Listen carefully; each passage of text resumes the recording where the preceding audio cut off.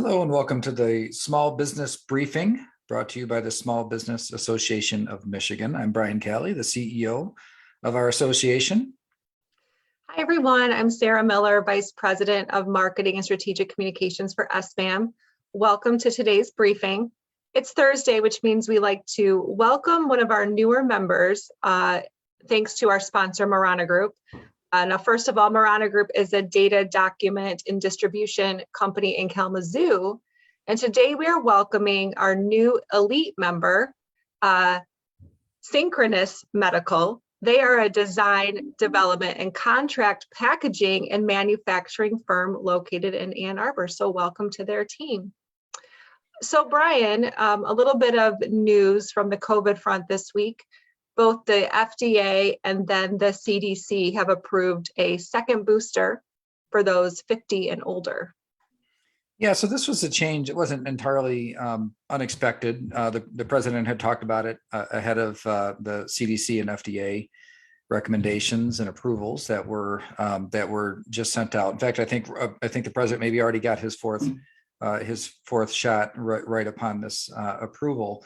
What I thought was interesting about it or significant about it was that they're finally using the age 50. You might remember I've been kind of harping on this, that in the way that they've been considering these things are based on age 65 and up in terms of how stats are kept, and why 65? Well, that's Medicare and Social Security age, or kind of traditionally used to be. Now those ages have ratcheted up a little bit, but the idea that where the risk factor really is, and where the United Kingdom had been ahead of the U.S. throughout the last couple of years in their overall approach, especially with vaccines, is to concentrate on the populations with the highest risk. And statistically speaking, over age 50 is higher risk. Obviously, the older that you get, the higher risk that you are from having a serious consequence from COVID-19. The younger, generally speaking, the younger you are, the smaller your risk. And but we were really looking at it, keeping stats on 65 and up, and really 50 and up is what the data shows where the risks start ramping up. Still, a 50-year-old, nowhere near as big a risk as an 80-year-old, but still, that's where you really see the differences start to ramp up in the ages. So I was pleased to see them, maybe 2 years too late, but really focus in on a recommendation like this on the population with the highest risk, and also then immunocompromised individuals and younger than age 50, I think all the way down to age 12. So it's a new approval, one that is probably not going to change the overall landscape of lines and waiting lists and so forth in hospitals. I think we're kind of past that. There's a lot more supply than demand these days. So for those who choose to move forward, should have a pretty easy time. I didn't show I don't have the graph to show today, but the New York Times actually had a nice graph that showed the hospitalization rates of those unvaccinated, those who have the 2-dose regimen from the original, those are the booster, and of course it's too new for a second booster to evaluate what difference that makes. But clearly, there's a big difference between none and having two doses, and then an even bigger difference, although modest compared to the original, with the difference that the booster makes. So all that stuff is still, all those stats and so forth, really over time and over millions and millions of people are holding up pretty strong. So it does. I haven't seen a single sign that the Workplace Regulatory Agency, which is OSHA, that they are gearing back up to try and make another run or a different way to do workplace mandates beyond what they do now, which is mainly in healthcare.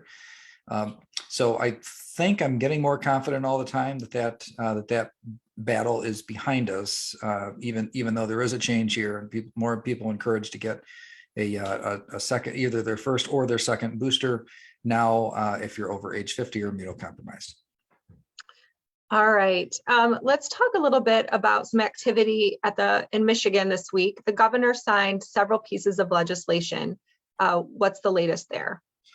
We did see the kind of a breakthrough, if you will, on a pretty big appropriation for different types of infrastructure that mainly, and there's other things in the bill too, but some pretty big infrastructure pieces that were passed using some of the federal dollars that had been unallocated. It came in a couple of different, there's a big chunk, one bill that had most of the spending in it, and then another bill that was more unemployment agency related items.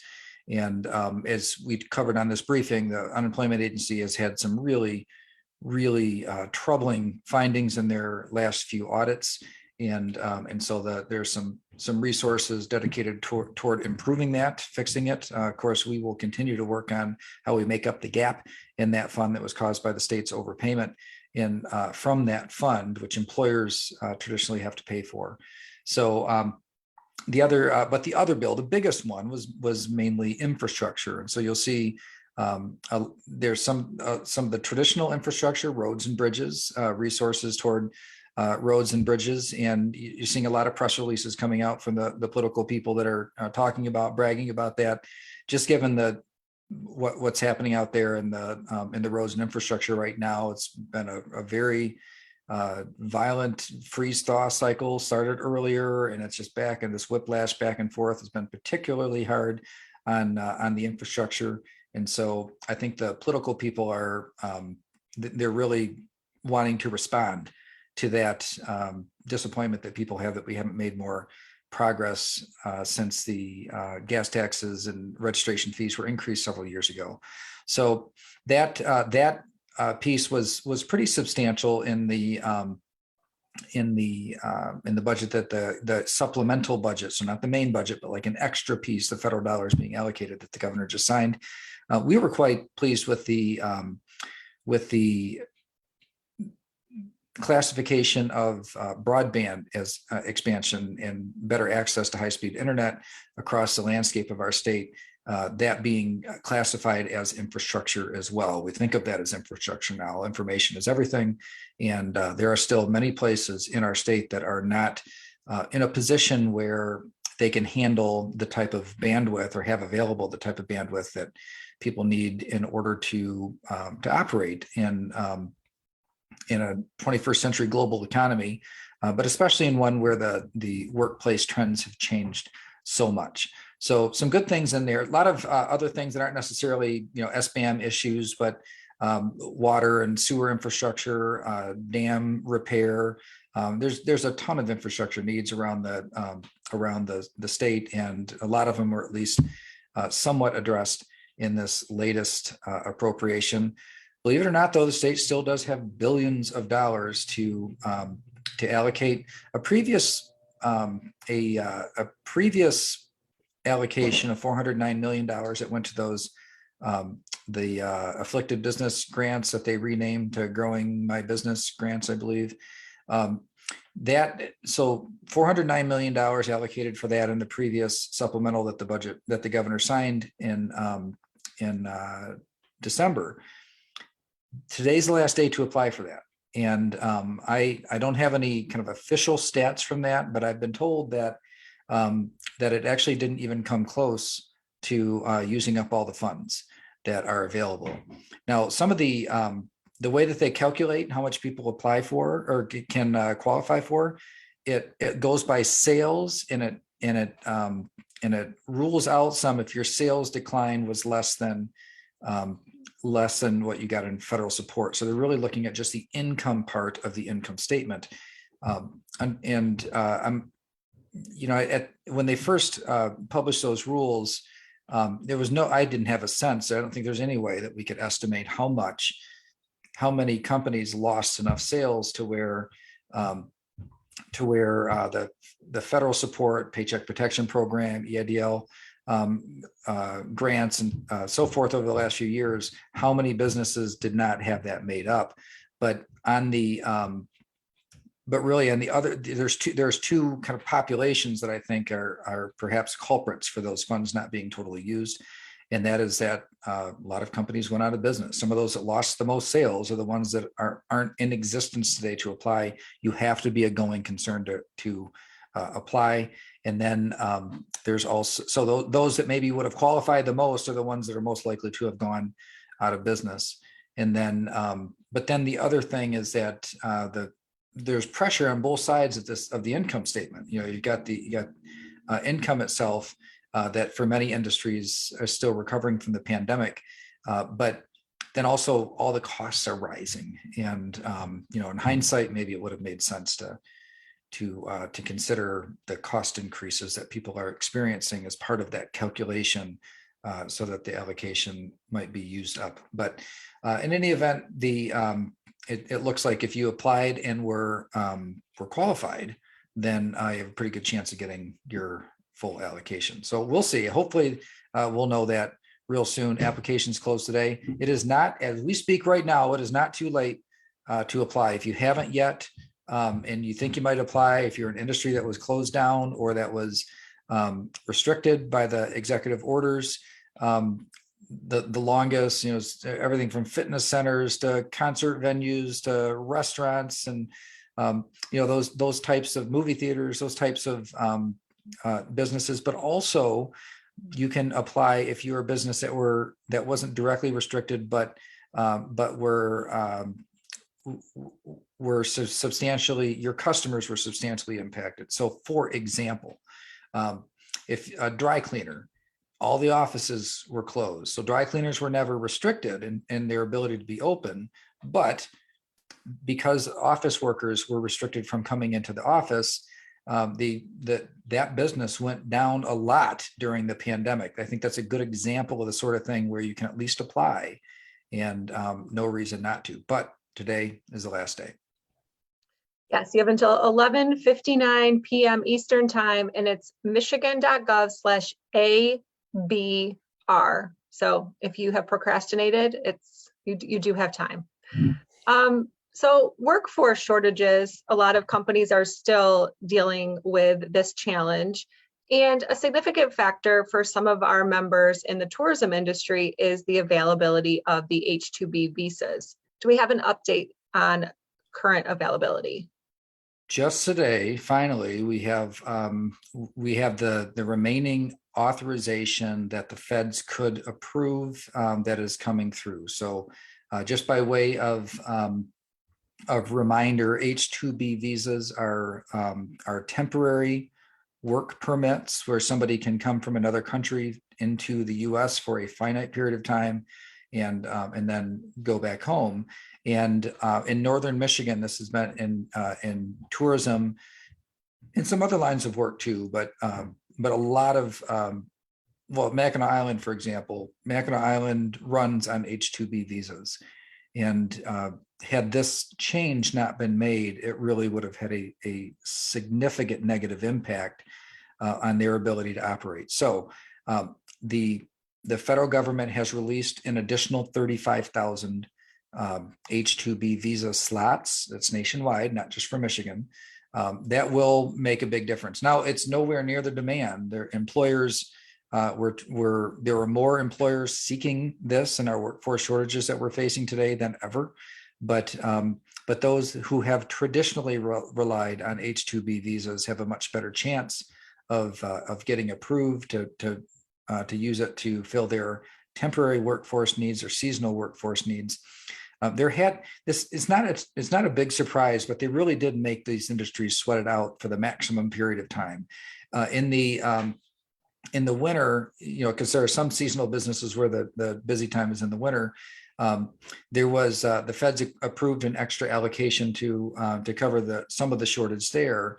But what we were really nervous about, because is the summer visa permit increases, and this is kind of late in the season for, if you think about, we're practically April here, and to get people to find people and then go through the process of hiring and moving people, training them before the season opens, it's a big lift. And so they're kind of under the gun, but very thankful to see it. I think it gives us a much better chance that the Northern Michigan will be able to fully realize the value of the demand that's out there in tourism, the way that people are looking to travel, as much as ever, and you can't maximize that without staff. Absolutely. Let's talk a little bit at the federal level now. So President Biden unveiled his budget. What are some of the big pieces in it? Those $5.8 trillion is the budget that the administration, the Biden administration, has proposed, just by way of process review. So the president proposes a budget, then it goes to Congress, and then Congress is the body that authorizes spending. It always gets changed from what the executive office proposes, but it's a starting point. And since the president's party is in control of Congress, obviously that starting point holds more sway than what it would under divided government. So in this case, $5.8 trillion total, just looking at both the regular domestic spending, the spending around the world, and also the social program and the legacy spending, which is really quite substantial these days. So out of that, there's 1.6 trillion, which is considered, by the way, if I said 5.8 billion, I meant trillion. So it's the federal government, we measure things in trillions, but 5.6 trillion is the regular domestic spending out of that, not including some of the bigger social programs, which is non-discretionary, or considered in federal terms non-discretionary. The overall, that part of the budget is up about 7%. And given what's happening with cost increases across the board, I suppose that's not particularly surprising. What I was maybe a little bit surprised by was that within that is a 10% increase. So the overall non-military would be less than 7%, because the military spending, the military budget's up about 10% in this proposal. Given what's happening around the world, of course, this is something that would be proposed. So some pretty big changes, though, as compared to last year, because a lot of the COVID specific programs and funding has naturally come to its conclusion, and it's not being reproposed again. So you'll see from a deficit spending standpoint, it looks like the deficit is dropping quite a bit. And in fact, it is. But the context is important, that our regular structural deficit spending is not better than it was. In fact, it's higher than it was pre-pandemic times, but certainly less than in the last couple of years, when all of this extra COVID-related spending and stimulus was put into the process. Now, there'll be plenty of fighting over this, over these proposals and budgets. It is, I think, I'm going to kind of overgeneralize here. I think it's a bit more modest than what we saw proposed in the Build Back Better plan. Although there are several of the same initiatives that are pursued in this budget. It's still kind of new until the Congress actually introduces proposed budget bills. It's hard to know what some of these words mean that are used, in press releases, and so we'll get a little more into details in the future. I do expect there are going to be some items, there always are, in there that go against SBAM policy that we would let our members of Congress know. But overall, the size of the budget, it's I'd say it's normal-ish when being compared to the pandemic years. All right. And have there been any proposed tax changes to help support this spending? Probably the most controversial aspect of the budget will be the proposed tax changes. And there's two, I'd consider them kind of in two big pieces. There'll be other business related expense items that we look at in the future, but the two really big pieces are billed as taxing the wealthy. One of them is to me a little bit complicated in terms of how they would pay it off. So it's a tax that applies to, it's a new way of taxing that applies to capital gains on liquid assets that have not yet been liquidated. So let's say you own a stock, and you could own that stock for 20 years. And the stock might be up, the stock might be down, but you only pay taxes on it when you sell the stock. It locks in, you got a purchase price, you got a sales price. The difference is the capital gains, you pay taxes on that. What's being proposed here is that any household that is worth more than $100 million, so pretty big number, would pay a rate of at least 20% on their income as well. So it's like an alternative minimum tax. So no matter what credits and deductions and stuff that you have, no less than 20% on your income. If you have this net worth, your income would be taxed no less than 20, although more likely almost 40. We'll get to that in a minute. You would pay, as part of that, you'd pay capital gains on any unrealized gains. And so the new elements in this tax proposal that I will be interested to see how they try to figure out is, first of all, right now people don't, individuals do not report their net worth to government, and so this would require people who have a net worth over 100 million to start reporting their net worth. Now, how much are assets worth?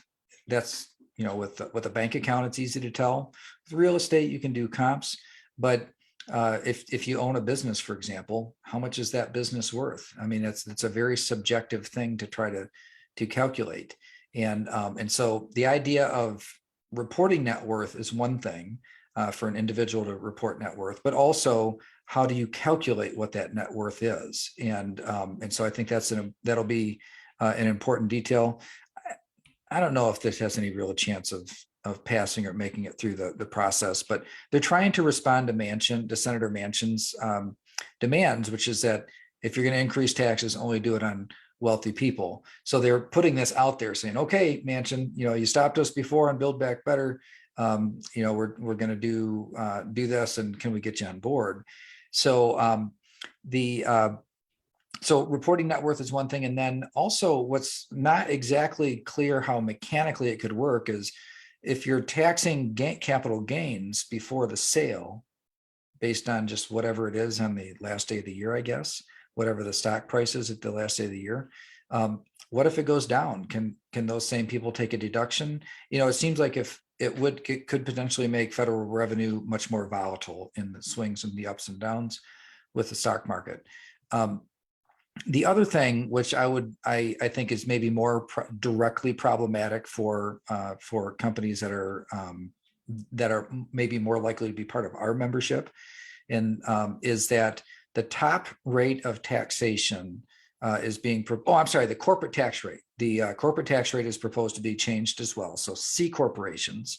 We're going to talk about the individual income tax that pass-through companies pay in just a minute. They're proposing that the corporate income tax that be increased to 28% from 21%. So if you're a C corporation right now, 21 up to 28 being proposed. Now, most of the tax revenue that's paid to the federal government does come from bigger companies that are C corps. But just looking through our membership list, it's been a little while since I've looked at the type of organization. And then when I was lieutenant governor, knowing the stats and who pay, there are thousands of small C corps around the state.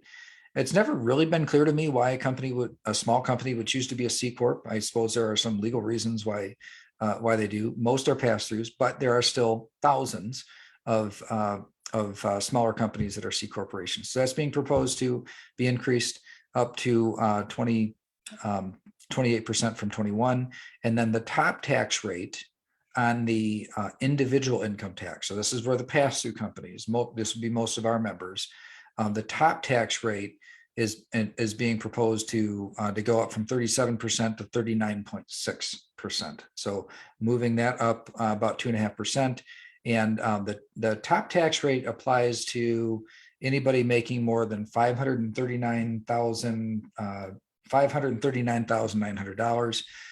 At that point, anything over that point, that rate would be increased. And it's not unusual for for people in the public policy space to look at numbers like that and say, oh yeah, I mean, anybody making that type of money, is rich. And that is a pretty high income, statistically speaking. For small business owners, it's a little different. It's your tax return is where all of the business income flows through. And so some small businesses would be caught up in that. It's not going to be most small businesses do not have that type of income, but some. So when I look at the president's proposal in terms of tax changes, definitely some small business impact, not quite as big an impact on the things that we can see so far as compared to what has been proposed before. But there'll be certainly be some controversy, some concern over these tax changes. They're saying that this would raise about $360 billion in as they bill it to contribute toward reducing the deficit. Would it reduce the deficit? I mean, when you look at spending, it would. I don't know. The deficit's going down this year because the COVID stuff is going away. The 360 billion is it's a pretty significant move in overall tax revenue. If I were a betting person, I'd say that the president's going to have a hard time getting most of these proposals through the process, and might be able to get a few of them. But that first one where they look at the net worth and there's a lot of subjectivity to it, there's going to be some legal challenges to that too, I would suspect. And so I would say big question mark. So lots of proposals in there. It's barely unpacked. These federal spending proposals are massive. They're thousands of pages long. It literally takes weeks to understand everything that's in them. But it'll go through the congressional process, which of course at that point, I like to see when the Congressional Budget Office scores these things, and then they can peel back the layers of the onion so that we can really see what's in it and the differences between what I would consider reality, Congressional Budget Office, nonpartisan, just straightforward, and the press releases that we're kind of stuck with today. All right, well, we'll certainly keep you all posted. So it's not quite April, but I do want to put a couple of dates in May on everyone's radar. We have owner-to-owner events, and these are 1.5 to 2 hour networking opportunities, and we do them in regions across the state. And on May 10th, we'll be in Bay City, and on May 11th, we'll be in Pontiac. So if you're a business owner, these are exclusive for business owners in one of those areas, or will be in Bay City or Pontiac, please join us. The events are free. There's a great opportunity for you to connect with some of us from SBAM as well as your fellow small business owners. So you can learn more at sbam.org.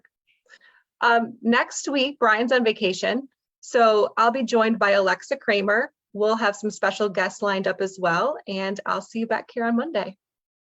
See you soon, everybody.